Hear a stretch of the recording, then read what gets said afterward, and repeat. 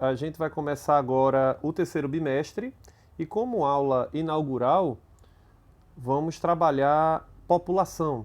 Então sejam todos muito bem-vindos e bem-vindas para a nossa aula de hoje. Primeira coisa, o conceito que a gente vai trabalhar, a ciência que a gente vai trabalhar é demografia, tá? O que é demografia? Demografia, eu já separei a palavra por cores para a gente entender melhor, é a junção de duas palavras, população, demo, tá? E grafia, descrição. Então, é o conjunto de estudos que descrevem a população, que conseguem descrever a população, tá? É bem tranquilo da gente entender isso. E atualmente a gente tem uma população de aproximadamente 7 bilhões de pessoas no mundo todo, tá? E a distribuição dessa população, como a gente pode ver aqui no mapa, repare, aqui na parte de cima, o mapa está todo marronzinho. Mas quando a gente vem aqui para a América do Sul, a gente repara que o mapa ele já muda de cor, né? A gente tem um mapa mais marronzinho na borda e no meio a gente tem um mapa mais amarelo. O que isso quer dizer? Quer dizer que a população do mundo ela é distribuída de modo desigual, tá? Existem áreas que têm mais pessoas, existem áreas que têm menos pessoas. As pessoas optam por morar em cá, tanto entre os bairros, as casas, quanto de sair, né, para alguma viagem. É bem mais tranquilo morar em planície. Isso é uma questão histórica, tá? Historicamente, o colonizador já preferia, sim, habitar a planície. Então, é por isso que na América do Sul, repare que a parte aqui próxima ao Oceano Atlântico, ela é mais ocupada, tá? E a área mais populosa do planeta, repare aqui, ó, a gente tem Índia, tá? E China, são os países mais populosos. É claro que a gente consegue ver que a parte mais populosa do planeta é o hemisfério norte, tá? O hemisfério sul, ele tem menos população. Continuando, repare que quando a gente olha o mapa da Terra à noite, a gente consegue ver a concentração, a densidade de população distribuída ao redor do globo, tá? Só para você ver, aqui é o Brasil, tá? E no Brasil a gente consegue enxergar que a área mais ocupada é esse pontinho aqui, onde está a pontinha do quadradinho, tá vendo? Ó? Que é a região sudeste. Quando a gente sobe para os Estados Unidos, a população é quase que distribuída de modo igual, tá? Ela é mais distribuída perto do oceano. Quando a gente vai para o Japão, que é esse paizinho aqui, ó, que está brilhando, bem destacado, repare que o Japão é um país bastante populoso e o continente europeu também, tá? Então o mapa consegue ver como é a distribuição de pessoas, né, que moram em cidades. Essas luzes são em cidades, tá? A população do mundo, em sua maioria, é cidade. Para que serve a demografia ou a contagem da população? É o seguinte, gente, ela serve para planejamento, diagnóstico, né, avaliação de programas, de gasto, para saber como é que o governo, por exemplo, vai fazer a soma de gasto e de arrecadação com a população, né? Se ele tiver uma população crescente, ele vai analisar. Se ele tiver uma população que está diminuindo, também vai analisar para saber quando vai gastar. Por exemplo, uma população mais composta por idosos. O que o governo vai gastar? O governo vai gastar mais em infraestrutura para o idoso, né? Mas uma população que tem mais crianças, o governo vai gastar mais com isso. Uma população com mais adultos, vai gastar mais com adultos e por aí vai, tá? É para isso que serve. Agora a gente vai para os conceitos principais. Repare que população absoluta e população relativa são conceitos parecidos, tá? Primeiro, o que é a população absoluta de um lugar? É a contagem de pessoas, do número de pessoas de um lugar. É só isso, tá? Contagem do número de pessoas. E o que é a população relativa? População relativa é a divisão dessa quantidade de pessoas pela área. Vamos usar um exemplo prático aqui que eu coloquei para calcular, tá? Tira essas pessoas aqui e bota dentro desse quadrado, tá?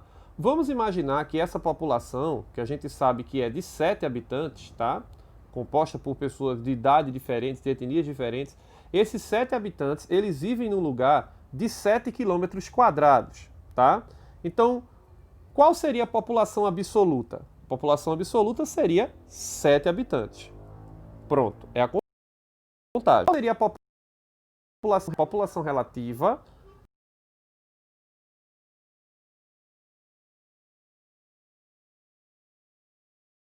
É a divisão 7 km quadrados, logo, 1 habitante por quilômetro quadrado. Fácil, tá, gente?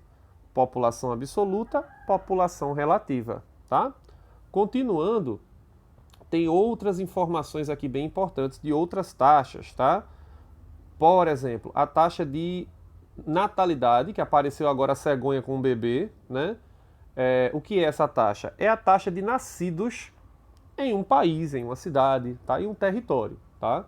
Mas para poder calcular essa taxa, você tem que calcular por 1.000 habitantes, certo?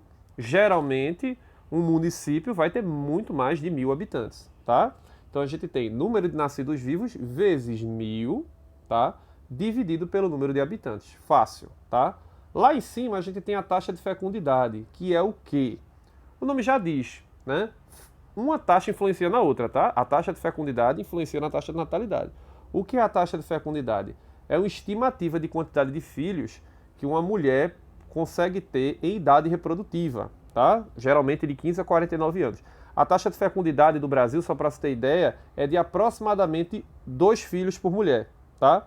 Ah, professor, mas tem mulher que tem 3 filhos, tem mulher que tem um só e tem mulher que não tem filho nenhum. Eu sei. Isso é uma taxa estatística, tá, gente? É uma média, tá? Tanto que a média hoje é 1,7 aproximadamente. Aí eu arredondo para 2, tá? E o que é a taxa de mortalidade? Taxa de mortalidade é o número de mortos, né? Cada 1.000 habitantes. Então a gente vê lá, o número de óbitos vezes 1.000 dividido pelo número total. Isso, certo? Exemplo, teve 20 mortos numa cidade de 20 mil habitantes. Qual é a taxa de mortalidade? Você vai calcular 20 vezes 1.000 dividido pelo número total. Fácil. A mesma coisa funciona com nascimentos, tá? Bem simples e fácil. As outras taxas importantes, os conceitos básicos são expectativa de vida, que é o quê? A média de anos que uma pessoa consegue viver num país, por exemplo. Quanto maior é a expectativa de vida, melhores são as condições de um país, tá? Ela é um indicador de qualidade de vida no lugar, tá? Então, maior expectativa de vida significa que essa pessoa, teoricamente, teve acesso à saúde pública ou particular, teve acesso à educação, tem uma renda interessante. É isso que vai ser a expectativa de vida, tá? E a outra taxa aqui que depende muito das outras taxas anteriores, que é a taxa de crescimento vegetativo. É fácil. É só você pegar o número de nascidos, tá? Diminuir pelo número de mortos, aí a gente vai ver se a população cresceu ou se ela diminuiu. Esse slide é a taxa de mortalidade infantil, que é o número de óbitos em crianças de até 1 ano de vida, tá? Então, a criança a partir de 1 ano, se ela vier a falecer, ela vai entrar na taxa de mortalidade comum, tá? A taxa de mortalidade infantil, ela vai entrar a partir do primeiro ano de vida, né? Até o primeiro ano de vida. O número de óbitos vezes 1.000 dividido pelos nascimentos. Até então, tranquilo, né? Aí, uma informação importante. Países subdesenvolvidos, a natalidade da mulher ter filho é maior, tá? Então, por que isso acontece? Isso acontece porque geralmente a mulher no país subdesenvolvido ela não tem acesso à educação, né?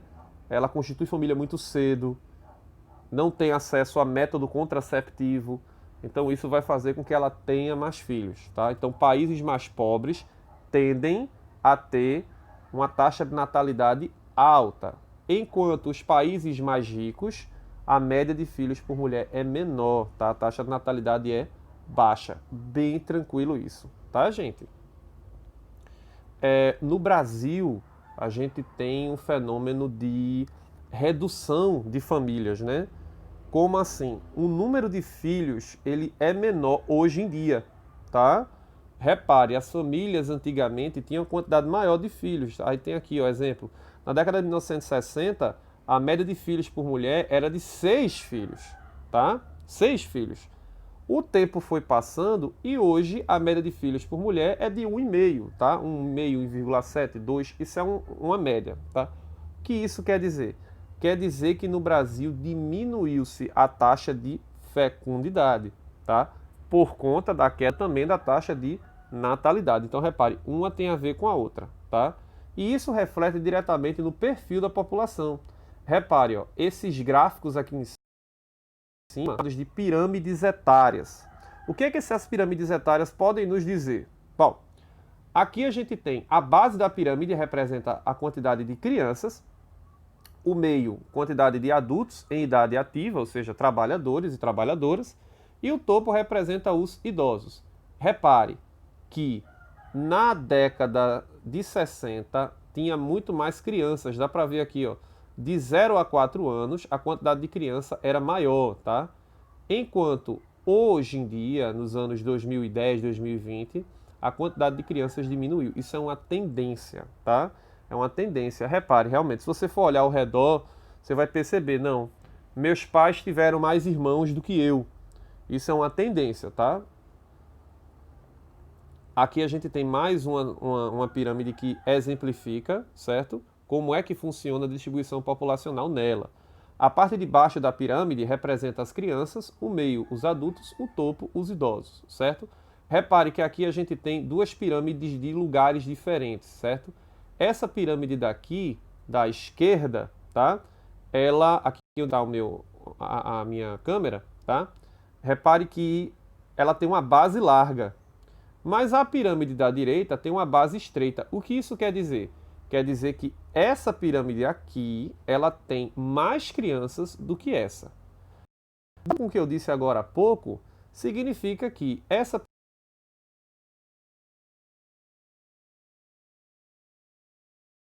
pirâmide é rico, tá? Ou seja, quanto menos crianças tiver, mais rico vai ser o continente. E outra observação, repare aqui, ó, que a gente tem na Europa mais idosos do que na África. O que isso quer dizer? Quer dizer que a qualidade de vida lá é maior, tá? Então separei aqui para todo mundo entender bem, certo? E essa daqui é a pirâmide etária do Brasil na década de 60. Repare o comportamento. A base ela vai estreitando, ou seja, vai diminuindo a quantidade de crianças e aumentando a quantidade de idosos com o tempo. Perceba. Então, a pirâmide anterior era de 1960, tá? Essa daqui. Olha o que está acontecendo, tá? Anos 2000, 2010. Aí por que eu coloquei esse dinheirinho aí? Porque eu acho bonitinho, não só por isso. É porque quanto mais adultos um país tem, melhor para a economia, tá? Ó, 2030, a projeção, repare que tem muito adulto, mas em contrapartida, note que a quantidade de idosos também está crescendo. Então, muito adulto, tá? Continua com muito adulto.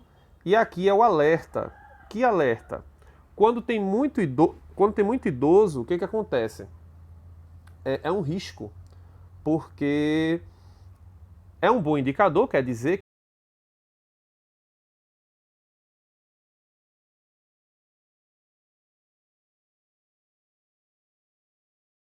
que a qualidade paga é o governo. Então, se tem muitas pessoas aposentadas, tem que ter muitas pessoas trabalhando. Então, esse período aqui é um risco, tá? E aqui, 2040, tá? Perceba que tem muitos idosos, tá? Então, o dinheiro está voando, tá? Foi um exemplo. É por isso, inclusive, que entrou em polêmica a questão da reforma da Previdência, reforma das aposentadorias. É porque a quantidade de idosos está aumentando, enquanto a quantidade de crianças está diminuindo. Ou seja, daqui a 20 anos, a quantidade de pessoas trabalhando vai